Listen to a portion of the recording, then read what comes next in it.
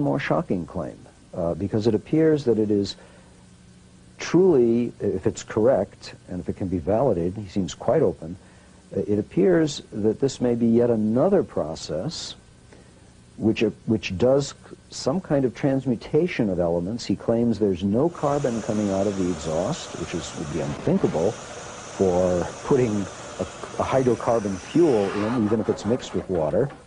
You have to get carbon out, and he's claiming that there are no CO or CO2 emissions from this, and there appear to be none visually. That is, there appear to be no soot particles coming out of the exhaust. So I hold out some hopes for this. So our demonstration units that'll be going out to about 25,000 stations between now and the end of the year or early next year are being retrofit as we speak now to include our system in the exhaust pipe and our injector body here with standard equipment that normally is supplied from the factory so that we can get it out to the public as quickly as possible. After being rejected by dozens of U.S. manufacturers, Pantone now has contracts with several major foreign countries. Recently, several U.S. companies have decided to take a second look.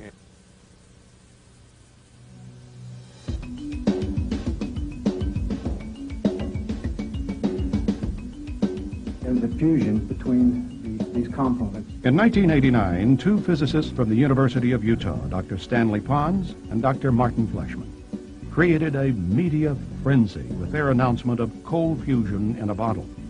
Although several independent experiments reported similar test results, the cry of fraud quickly went up at MIT and other prestigious universities. The debunking was swift and merciless.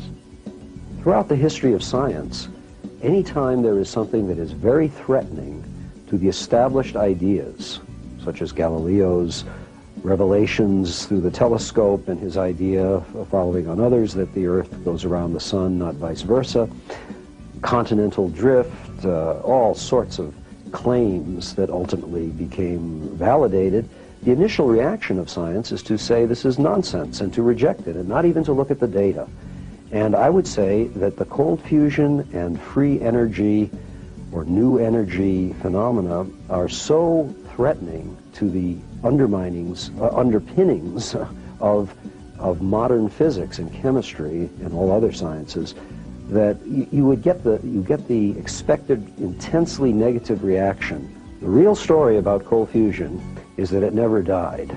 Soon after the announcement in Utah on March 23rd, 1989, hundreds, thousands of people all over the world, scientists and engineers, began to try to replicate the Pons and Fleischmann experiment.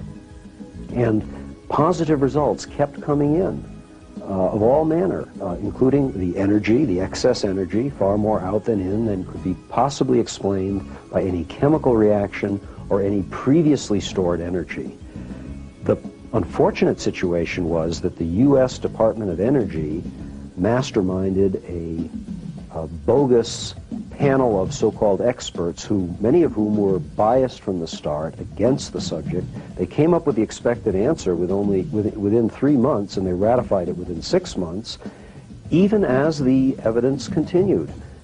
Those physicists, nuclear physicists that have been working with hot fusion, the tokamaks, this type of thing, they have a monstrous amount of evidence that shows exactly what they expect to have happen with nuclear reactions in this hot gas plasma. They believe, and it's a good first guess, that the nuclear reactions that would occur in a cold fusion cell should be the same.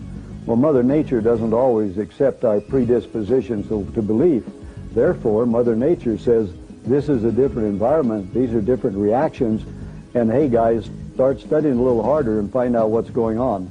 The problems that occur in evaluating a cold fusion device have not been so much, does it work, but does it work every time? And many scientists are of the opinion that if it doesn't work every time, then there's something wrong. Basically, the problem has been in the preparation of the metal. Now, this is particularly true in the heavy water experiments of Pons and Fleischmann. Certain materials will just absolutely close off the effect of the cells. Other things, refining additions, will promote the effect. So there's a lot of study going on in that area. It's over 200 laboratories in over 30 countries have replicated or advanced or had successes in various types of cold fusion devices. The Patterson Power Cell of Clean Energy Technologies of Dallas, Texas, is one of the most spectacular devices in the cold fusion field. It also happens to be the first device that has a United States patent, which is also very important. It got it almost by accident, since there are hundreds of patent applications that the patent office is rejecting. What this cell is it's very similar to the Pons and Fleischmann concept, except it uses tiny little metal-coated beads with either nickel, palladium nickel, or even sometimes just nickel, and ordinary water, not the heavy water, which Pons and Fleischmann started with. And it does produce, with a flowing stream of this liquid, or electrolyte, with just a little bit of lithium sulfate salt mixed in it, it produces spectacular energy. In fact, in one experiment, they turned the power off completely, and the cell continued to produce 20 watts of power, unmistakable, for at least 14 hours, and my understanding is that could go on for a number of days longer. The typical power ratios of this kind of a cell, it's very robust, totally repeatable, is anywhere from 10 to 1,000 to 1, okay, when you have even a tiny bit of input power. They've had it go over 1,000 watts with only a watt or so input electricity. Clearly, these cells can be made to self-sustain, that is, continue by themselves. Dennis Cravens is an independent scientist who has done first-hand research studying the effects of the Patterson power cell. The important thing is, notice over here, total excess energy is usually in the megajoules range. If you run through a chemical calculation of how much metal you have in there, about 20 milligrams, turn the crank, how many moles is that? How much? You assume about 100 kcal per mole for you chemist types of a typical energetic reaction, if you can think of one. We can't think of one, but if there was one, you maybe get 32 kcals if you burned all the metal. So we are 3 or 4 orders of magnitude more energy out of the system, integrated energy out, than if we were burning everything chemically. If you do the calculations, you'll find that you can't get there. It's more likely that a few percentage of them are in the millions of electron volt region. It's been revealed recently that the Patterson cell will actually keep producing heat for at least 14 hours after it's shut off. This is a phenomenal discovery. It has not been advertised or publicized very well. But what that means is we're actually dealing with a free energy source. The inventors never used that phrase, and for obvious purposes, but the important thing is that it does need more understanding, and also it has the keys to our the type of device that we need. The interesting thing about the Patterson cell, too, is that as a byproduct, it produces hydrogen and oxygen. It's actually using water, any type of water, and electrolyzing that water, and then just exhausting the hydrogen and oxygen. Now, we could see two views of that. For example, if we're actually forced into a situation where we're in an enclosed space and not able to spend too much time outdoors, which we already spend 90% indoors anyways, the supply of oxygen is very valuable, whether or not we even use the hydrogen.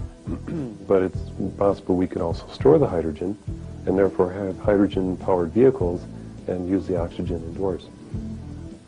Another area that has emerged as a result of cold fusion, which is every bit as heretical and disastrous to the scientific enterprise as the over-unity and the greater energy out than in, is the transmutation of metals, that is, heavy metals.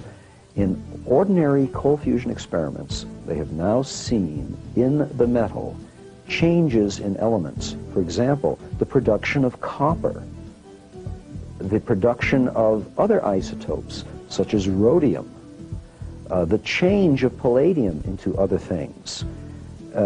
This is confirmed, there's no doubt about it, and it's occurring with minimal energy input.